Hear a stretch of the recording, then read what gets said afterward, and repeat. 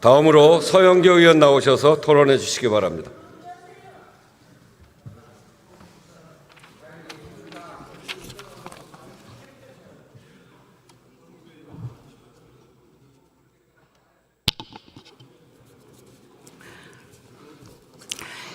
서울 중랑구갑의 국회의원 서영교입니다. 국민의힘은 부끄럽지 않습니까? 국민의힘은 부끄럽지 않습니까? 그렇게 김건희 여사를 변명하고도 부끄럽지 않습니까? 그렇게 윤석열 대통령에 아부하면서 부끄럽지 않습니까? 이 엄청난 범죄를 그렇게 국회에서 가리는 것이 부끄럽지 않습니까?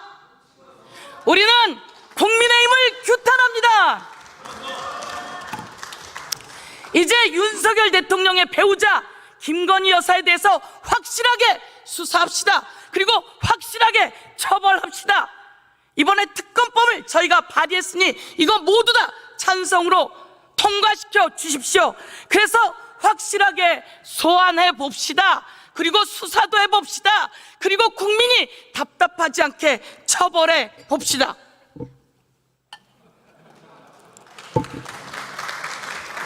자, 저 본회의장에서 박수 치는 거 아닙니다. 예, 여러분 추석 명절 잘 보내셨습니까? 다녀보시니 뭐라 합니까?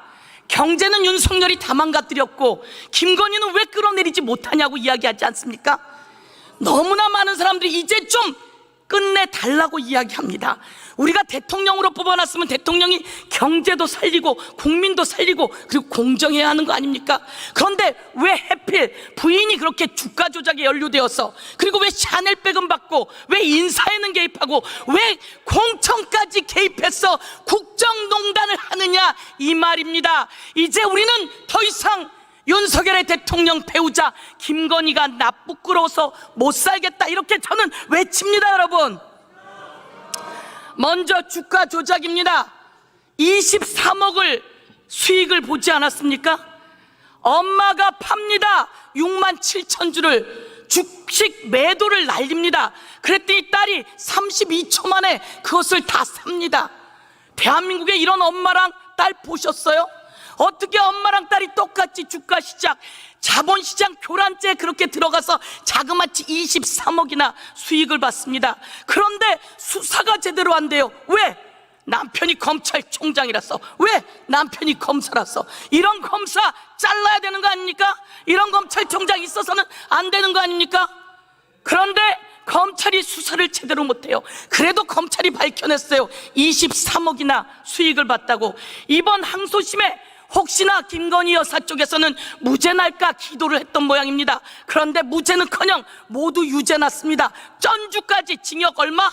6개월, 집행유예 1년. 그 전주는 자그마치 손해를 1억이나 본 사람입니다.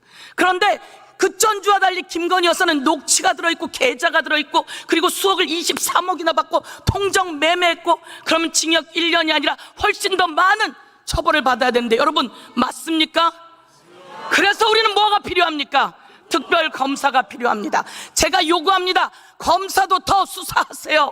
공수처도 더 수사하세요. 그리고 특별검사로 확실하게 수사해서 확실하게 처벌해야 공정한 대한민국 아니겠습니까 여러분? 이제 디올백으로 한번 가볼까요? 주민들이 이야기합니다. 추잡스러워. 대통령이 돈도 많은 것 같던데, 부인도 부자인 것 같은데 그런 것을 왜 받아가지고. 그런데 더 과간인 건 국민권익위 아닙니까? 그거 숨겨주려고 국민권익위가 모든 것을 망신권익위로 바뀌었습니다. 김건희 권익위로 바뀌었습니다. 대한민국 국가기관을 이렇게 소나기에 쥐고 흔들면 이거 국정농단 맞습니까 여러분? 이번에는 공천에 개입했다고 합니다. 김건희 여사가 주고받은 전화가 나왔답니다. 녹취가 나왔답니다. 대한민국에 이런 영분이 있어서는 됩니까 안 됩니까? 안 됩니다. 이제 공천에 개입한 국정농단까지 모두 다 탈탈탈탈 털어서 특검으로 수사합시다. 이번엔 대통령 관저 리모델링에 21g인지 몇 g인지가 거기에 또 개입돼서 불법 중개축이 있었고 불법이 있었다고 그 대통령 앞에서 덜덜덜덜 떨던 감사원이 발표까지 하지 않았습니까? 이제 그건 낱낱이 밝혀서 세상에서 공정하게 처벌해 봅시다 여러분. 자, 제가 말씀드립니다. 국민의힘 정신 차리세요. 그리고 대통령 더 이상 거부권 행사할 꿈도 꾸지 마세요. 오죽하면 특검을 이렇게 여러 번 발의했겠습니까? 당신 부인에 관한 것입니다. 윤석열 대통령 장모에 관한 것입니다. 이것과 관련해서는 거부권 행사 안 된다, 이렇게 강력히 요구하겠습니다.